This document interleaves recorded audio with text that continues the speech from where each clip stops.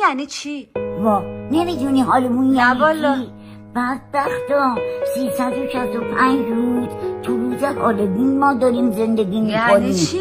یعنی چی نداره؟ زمانی که میرم در یخچال رو واکنیم هر کدوممون هیچی توش نی هالووینه. زمانی که میخوایم بریم دکتر پول نداریم هالووین. زمانی که میخوام برم قصابی نه من همه 1 کیلو گوشت بخریم تو کارتمون تو جیبمون پول نیست هالووینه. یارو پسر 10 ساله با یه دختر دوسته نمیدونه 40 متر اتاق بگیره برن بشینن زندگی.